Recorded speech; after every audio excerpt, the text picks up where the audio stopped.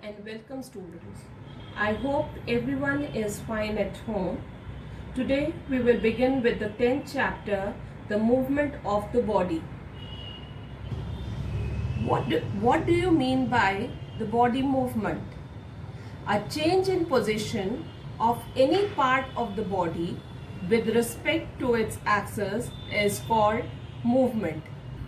For example, when you agree or disagree with someone, you shake your head. This shaking of head is called movement of head.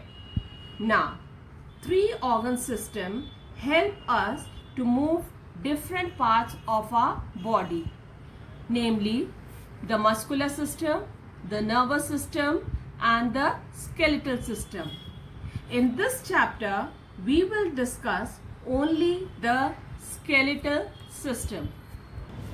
The skeletal system. Children, you know that human skeleton is made up of 206 bones, though an infant has 300 bones at the time of birth. Some of them fuse as the baby grows, and only 206 bones are found in an adult. So the human skeleton is made up of 206 bones, and a baby has 300 bones in all. Now, before we learn more about bones and joints, let us take a look at the functions of the skeletal system. The bones of a body act as a framework or give it shape. This is the first function of the skeletal system. Without bones, our body would be a shapeless mass, like the body of a snail. Now, the second function is the bones give our body support.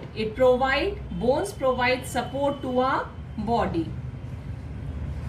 Third function, the bones also protect delicate internal organs. For example, the skull protects the brain which lies inside it, and the ribs protects the delicate internal organs of a body like heart and lungs.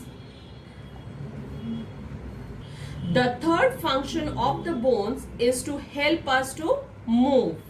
It is the movement of the bones that help us to bend, run, walk, and so on. Injuries.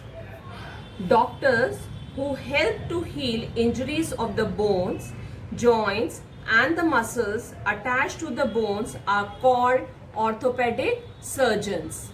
Orthopedic surgeons are the doctors who help to heal injuries of bones, joint, and muscles attached to the bones.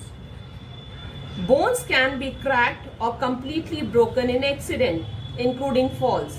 Such injuries are called fractures. They can also get dislocated or move from their natural position. So dislocation is the movement of the bones from their natural position. Now, what is sprain? An injury to a muscles attached to a bone is called sprain. A sprain can be very painful and the area can become swollen. Children, the skeletal system consists of four main parts, namely skull, vertebral column, rib cage, and limbs. Let us begin with the skull. Children, do you know that the bones of the skull are the hardest of all the bones? The skull consists of 22 bones. Most of the bones of the skull are fixed. Only the lower jaw can move, and it allows us to chew food and to talk. Bones of the skull are divided into two groups, namely cranium and facial bones. The cranium provides a cover and protection to the brain, whereas facial bones form the upper and lower jaws. Children, I want you to watch this video carefully and answer the following question in your rough notebook. Okay? Question number 1. Which organ system help in movement? Okay, movement of a body. Question number 2. How is it that a baby has more bones than an adult? Question number 3. What are the functions of the skeletal system? Question number 4. What is the difference between fracture and dislocation? You have to write these answers in your rough notebook. That's all for today. Thank you.